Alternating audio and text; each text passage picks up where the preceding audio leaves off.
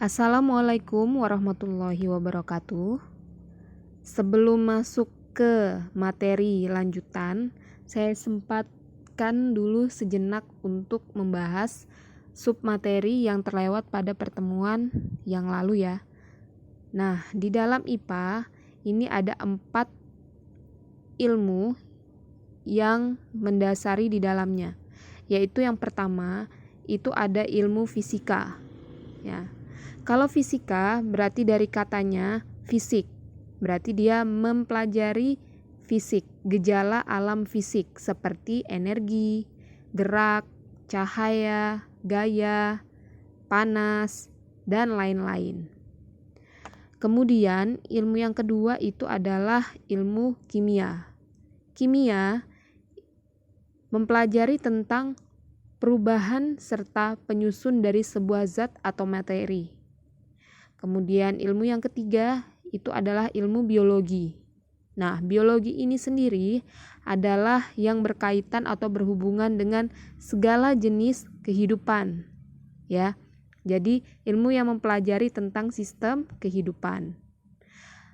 Dan ilmu terapan untuk IPA yang terakhir itu adalah ilmu bumi dan antariksa. Mempelajari asal mula bumi, perkembangan dan keadaan saat ini, termasuk tatanan dari galaksi yang kita tempati. Ada planet dan berbagai macam benda langit lainnya. Kemudian ada soal di halaman 6, di bagian ayo kita lakukan. Soal nomor 1, ilmuwan sedang tekun di laboratorium. Ilmuwan tersebut menyelidiki suatu zat dengan tujuan ingin mengetahui zat tersebut. Nah, bidang apakah yang ditekuni ilmuwan itu? Kira-kira apa? Dari empat terapan ilmu IPA ini kira-kira apa? Kalau dia ilmuannya mempelajari tentang zat, ya? Ya. Jadi jawaban nomor 1 itu adalah ilmu kimia. Oke. Kemudian anggaplah soal nomor 2 ini pengamatan ya.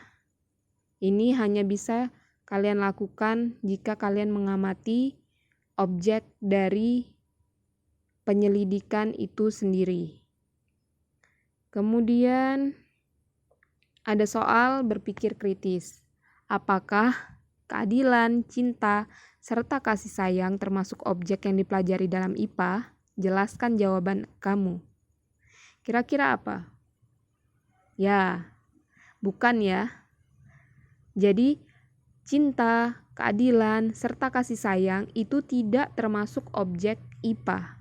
Mengapa?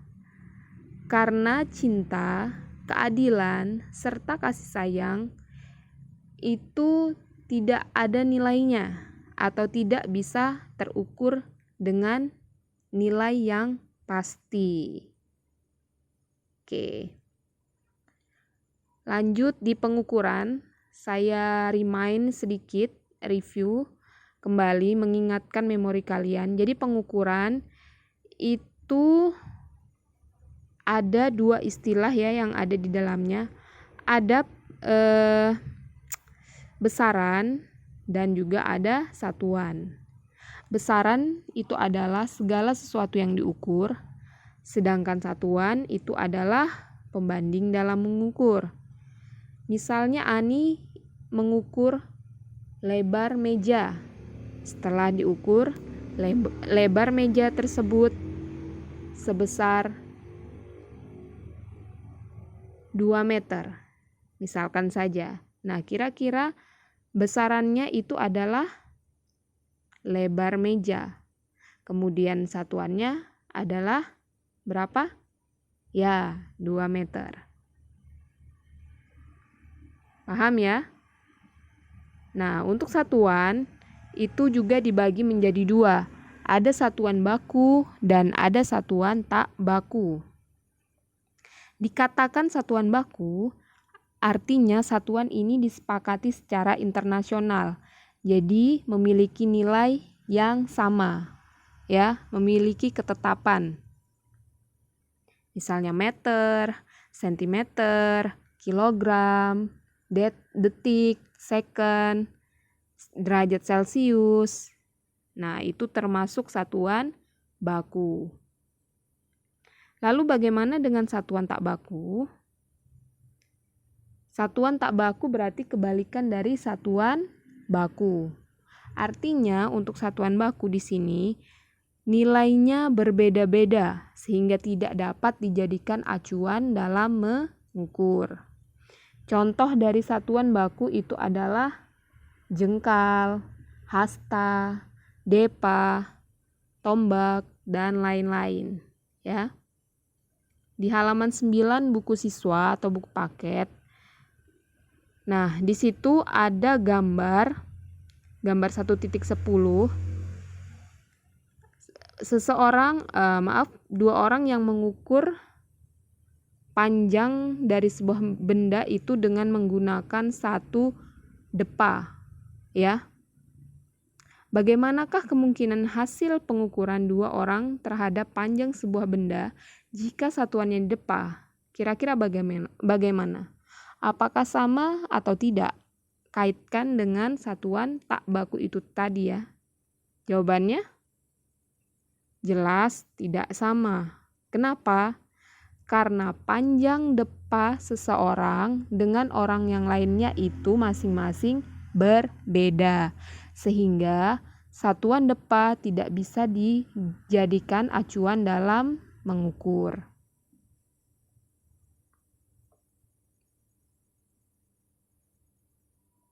Oke. Lanjut ke sub materi kita kali ini, yaitu tentang besaran pokok. Jadi sebelum saya jelaskan, nah di besaran ini sendiri juga dibagi nantinya menjadi dua, yaitu besaran pokok dan besaran turunan. Dikatakan besaran pokok berarti itu adalah besaran dasarnya, ya. Besaran yang satuannya dapat didefinisikan. Didefinisikan itu artinya dijumpai atau ditemukan. Besaran yang satuannya bisa didefinisikan disebut besaran pokok. Contoh dari besaran pokok ini sebenarnya ada 7, ya. Ada panjang, massa, waktu, suhu, dan lain-lain. Nah, tetapi kita akan batasi di sini, yaitu akan dibahas 3 saja untuk besaran pokok, yaitu besaran pokok panjang, massa, dan juga waktu. Oke, untuk yang pertama, besaran pokok panjang. Panjang itu adalah jarak antara 2 titik, ya. Misalnya titik A ke titik B, panjangnya berapa, ya. Satuan dalam panjang, SI-nya atau satuan internasionalnya itu adalah meter. Nah, di sini. Alat ukur untuk besaran pokok panjang itu ada berbagai macam. Ada penggaris, ya kan? Ada meteran, ada pita ukur, ada jangka sorong, dan lain-lain. Untuk pembahasan jangka sorong, setelahnya akan saya jelaskan, ya. Rata-rata pasti sudah tahu kan menggunakan penggaris atau mistar? Oke, saya anggap kamu sudah paham untuk pengukuran panjang. Oh iya, ingat kembali lagi satuan-satuan panjang, ya. Misalnya 1 kilometer itu berapa hektometer, berapa dekameter, berapa desimeter, sampai berapa milimeter. Itu kalau tidak salah sudah pernah dibahas pada saat kalian masih SD. Jadi silahkan diingat kembali. soal-soal kita berikutnya akan berhubungan tentang konversi nilai satuan ini.